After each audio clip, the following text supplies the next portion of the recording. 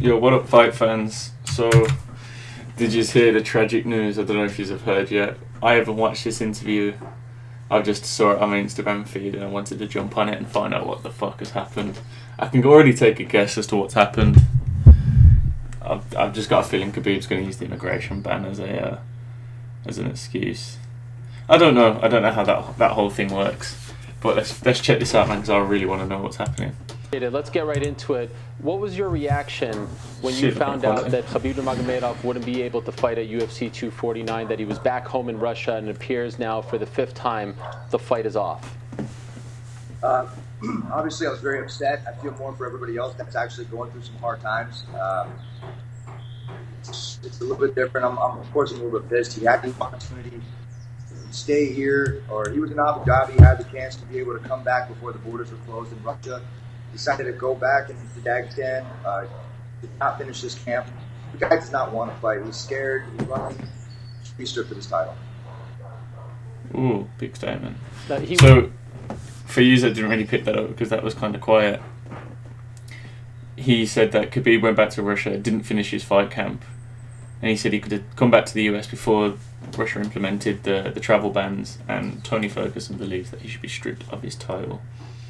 That was just for you that didn't hear it. He was doing his training camp in San Jose. When you heard that he had left San Jose and went home, did you know back then that the fight was off, or were you holding out hope that there was a way that he'd be able to come back, or perhaps that you would be able to go and do this fight overseas?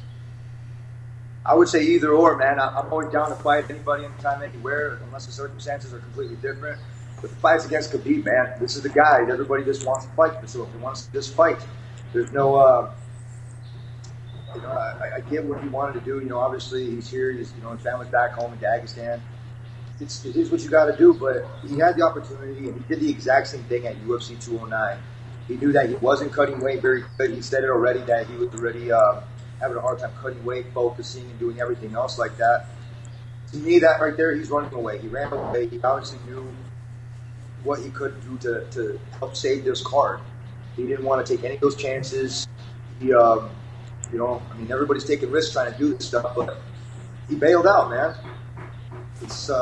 Sorry about the quality, guys. This isn't me. This is the feed. They've got it on. It is what it is, man. I mean, Tony Ferguson can't really talk about pulling out of fights. He's forever, been suspect of pulling out of a few fights before, so he can't really talk a lot about Khabib. I don't know whether it was in Khabib's mind that he wanted this pulled, but me personally, I don't think you can do that shit as champion. I think it's your responsibility to just take all comers, step up to all fights, and making weight. That's something that you get done at semi-pro level. I understand it's hard, 100%, because Khabib's a big guy. For the height he is, I believe he's 5'10".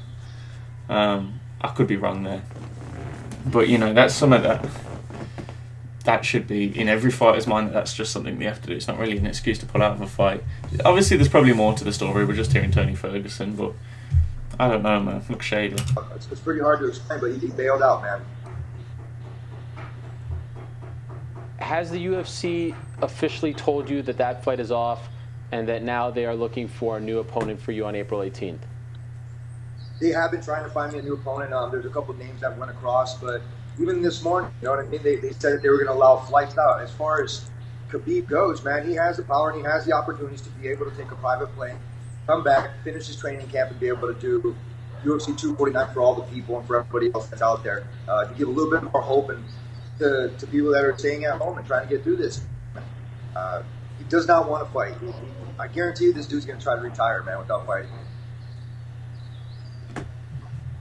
Are you considering, if the Khabib fight does in fact not come to fruition, are you considering any of the names? The name I reported is Justin Gaethje that's been presented to you. Are you... Justin Gaethje versus Tony Ferguson. Gaethje's amazing. I love watching Gaethje fight. I don't reckon it will...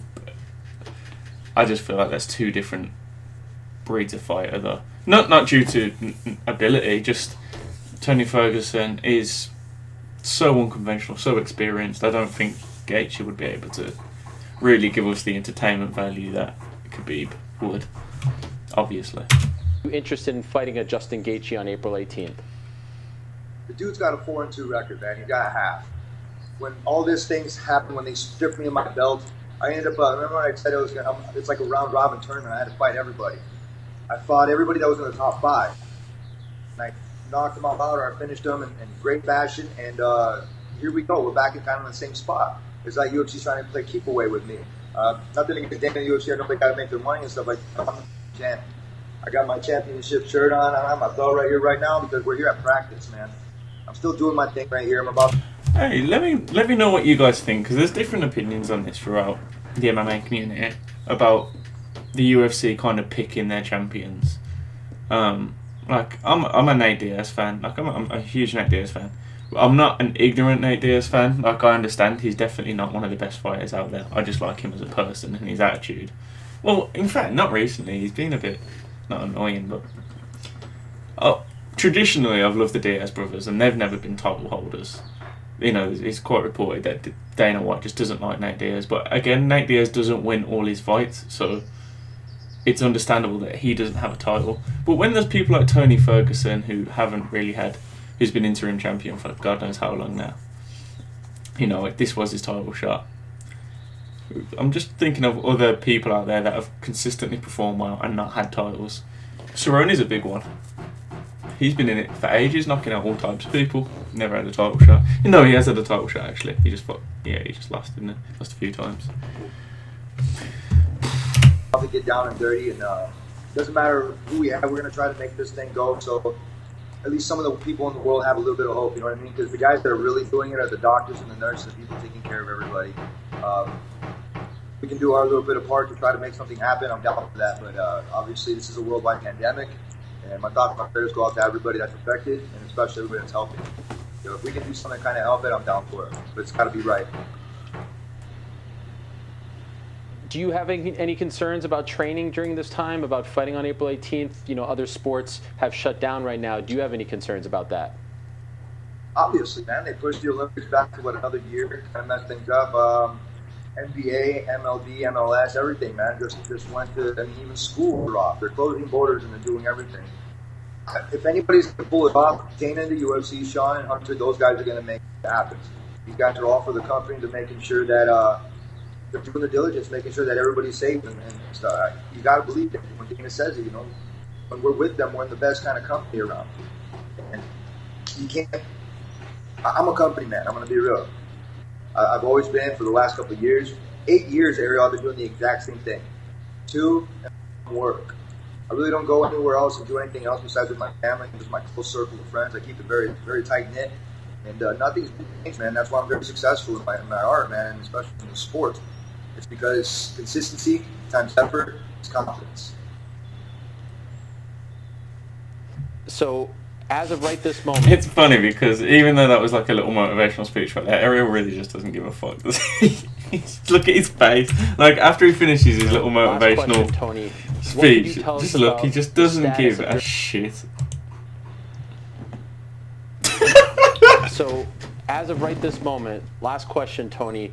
What could you tell us about the status of your involvement on April 18th? Do you know where this fight is happening, the location of the event, the status of you fighting someone else? The message to the people is what right now as things stand? Here we are 2.5 weeks away from the event. What could you tell us? All my supporters, I'll call fans, supporters, everybody that watches UFC, we're trying to make something happen. I'm training. I'm not stopping training. My weight is good. I'm very strong. We just did 5 rounds the other day, and one of my sparring partners, we did really, really well. Small go sparring. I mean, I'm good to go, but as long as everything else makes sense, we can make this fight happen. We don't know the locations at. I'm not going to say yes or no to an opponent unless we have a location. If we don't have a location, how do you expect me to prepare? I was like, I don't need 24 hours. Give me a couple hours to figure out what we got to do. Let me talk to my team, and then we can go from there.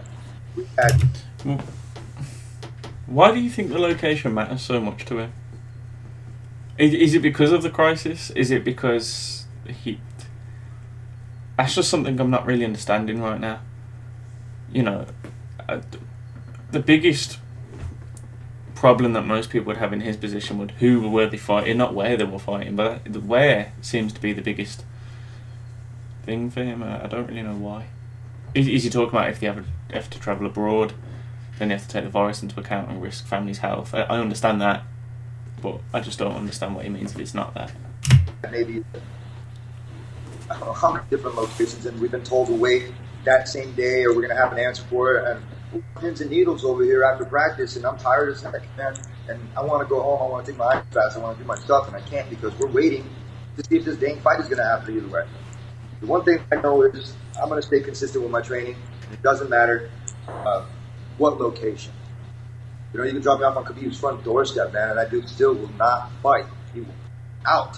It's defender vacate, Ariel. That dude needs to be stripped. I don't know. I haven't saw anything in the news this morning about the flights and everything. Rumor was it that he said basically he's like, I gotta, take care of my family, my health, and everything, man.